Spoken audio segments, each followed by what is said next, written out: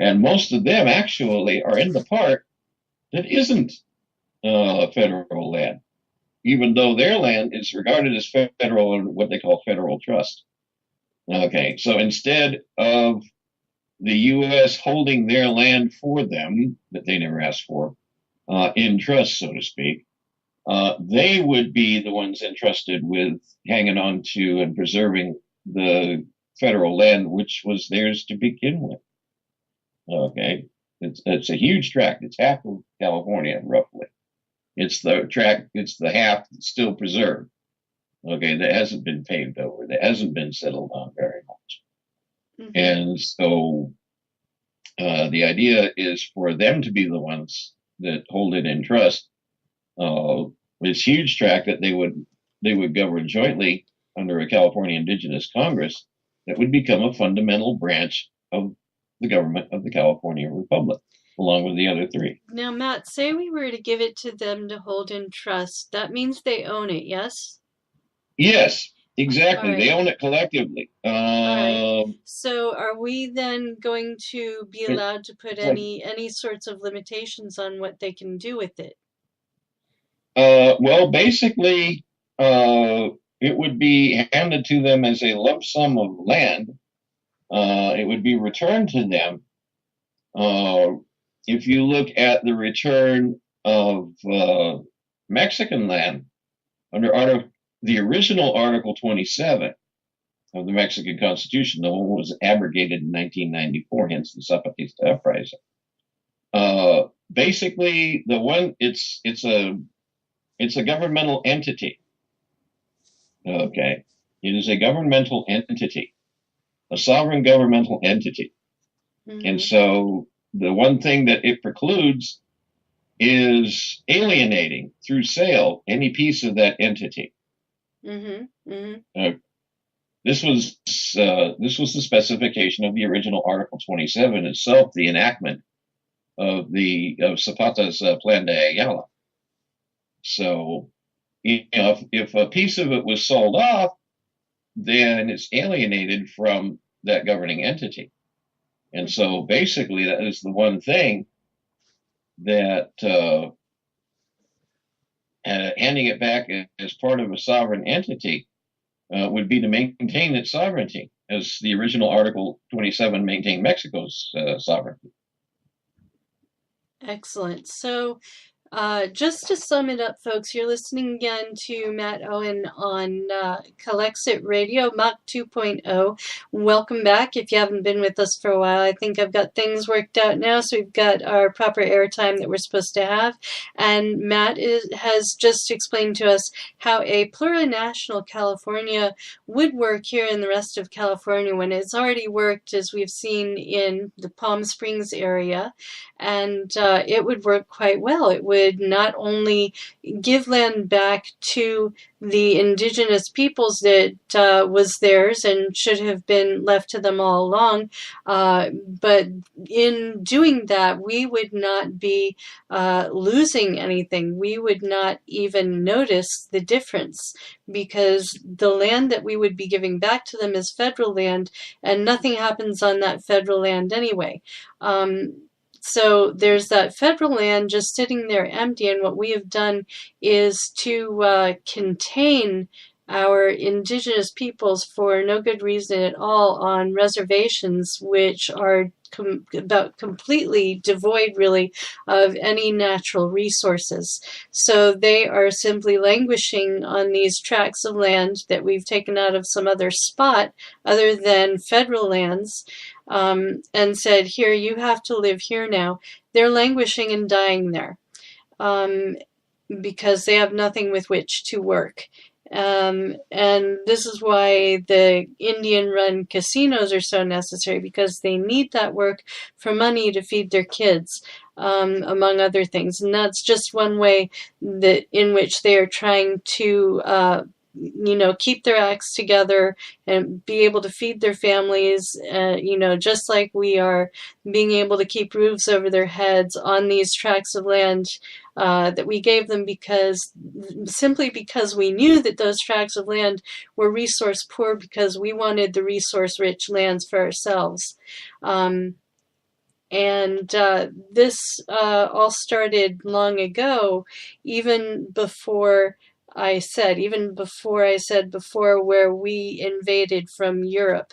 We were not the people living here before they were. We came in and took their land and put them on reservations and did a lot of other horrible things to them. It was really systemized genocide or systematic genocide that was government sanctioned even. Um, so how do we now move on, Matt? Say we create this plurinational California in the rest of California, the way we did in Palm Springs. Um, then, uh, then what comes of that success?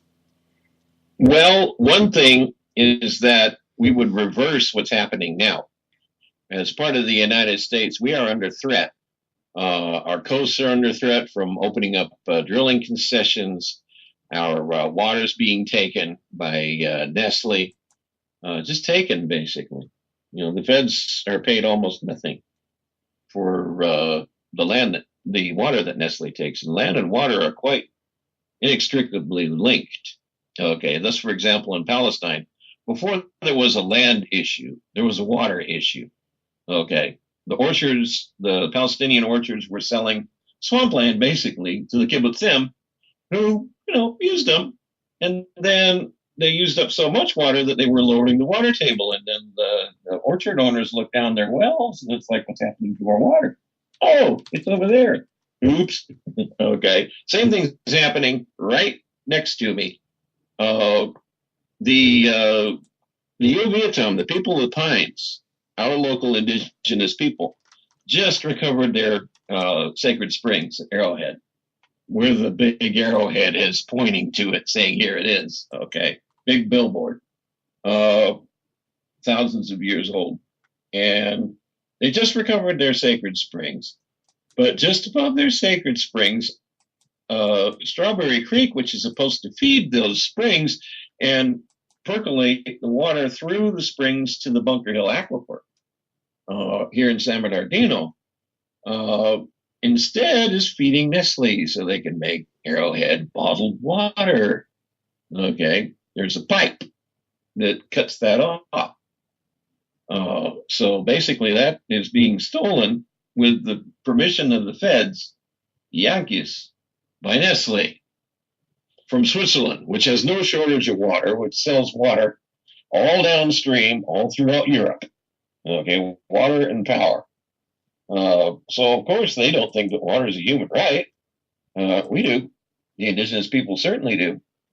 And they're willing to protect the watershed in direct contrast to the Yankee settlers who were busily destroying it. Local example number 2 from our history was a clear cut above in the San Bernardino Mountains above our valley that the Mormons clear cut that land to make houses in San Bernardino. Ooh, and then comes the flood. It washed away the town of Aguamansa. It washed away portions of San Bernardino and Redlands. It was horrible.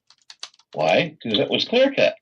Now there's another practice that has been used. Okay, we're not going to clear cut anymore. We've already got these areas that are already cut. So what we're going to do is grow a commercial forest. And the indigenous look at us and they go, what is a commercial forest? It's only simple. Like you have a midbar or someplace where you're growing a crop. Our crop's going to be wood. They're like, what? You're going to, let me see if we got this straight. You're going to take and try to grow trees the way we grow corn? Yeah, sure. Take a few years. Understatement. And of course, trees are huge. They use a lot more water than, a corn stalk. So it's like you're making milpas of wood. That is a commercial forest. You ever seen them? They're chock-a-block with trees, much more than, you would see occurring naturally. Because trees take a lot of water. Right. And commercial forests take a huge amount of water, and still being so close to one another, these unnaturally close trees all you got to do is breathe on them on and phew, flame. No Right. wonder where it's fires. Okay, so Uh, you're saying, Between Matt, that one thing we'd get out of out of creating this plurinational California is the benefit of their experience in servitorship of the land and those techniques and methodologies and the why and the wherefore of what makes all that proper servitorship a really great thing.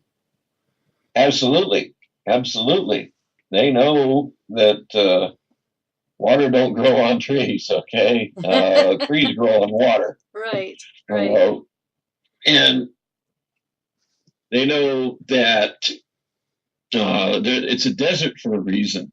Okay, Mm-hmm. and you try to bring water out to the desert, and it's just going to suck it up and smile at you and say, "Hey, that was a good appetizer. What else you got for me?" Okay, so it's going to like disappear. Okay, well, I'll disappear just from evaporation. It's hot out there. There's a reason it's a desert. Okay, so the BLM, the federal BLM, administers our deserts. The federal What's Forest the Service BLM, Matt? administers our forests. Matt, what's the Uh, BLM? Bureau of Land Management. Okay, Now, gotcha. Bureau of Land Management administers our deserts.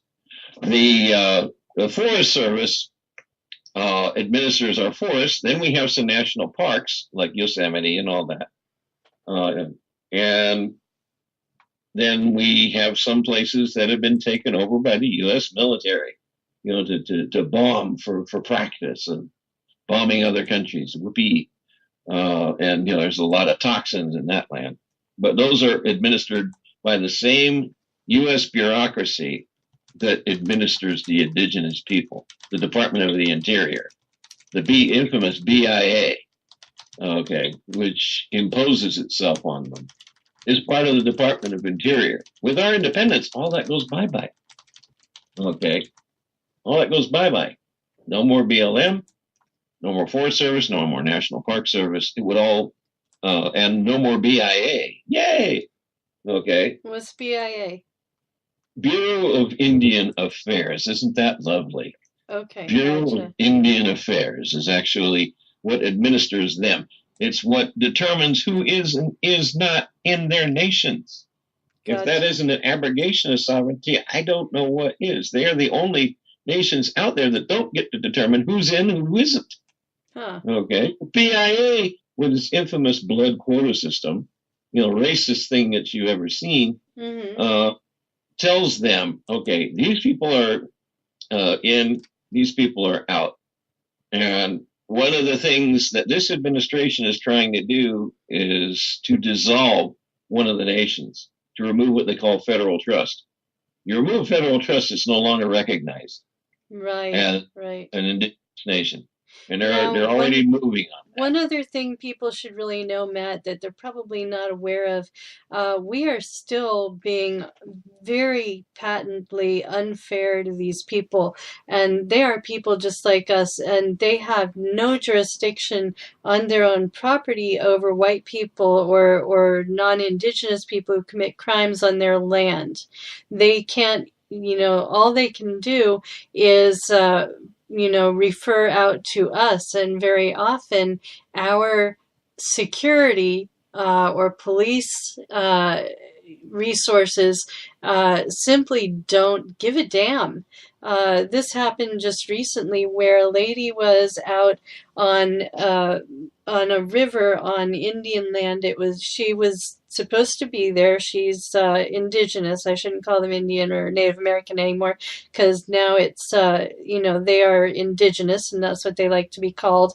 And she was out there with her children, doing their thing. They weren't just relaxing, she was actually fishing or washing clothes or something, had to be there for a little while. And some non indigenous folks came by on their water that was on their property, not her private property, but indigenous property. And they were being loud and drunk and obnoxious and pulling down their pants to pee over the side of their boat. And they were using foul language in front of her very little children, and she asked them politely to not do that, and they became cruder and ruder, and she called the police, and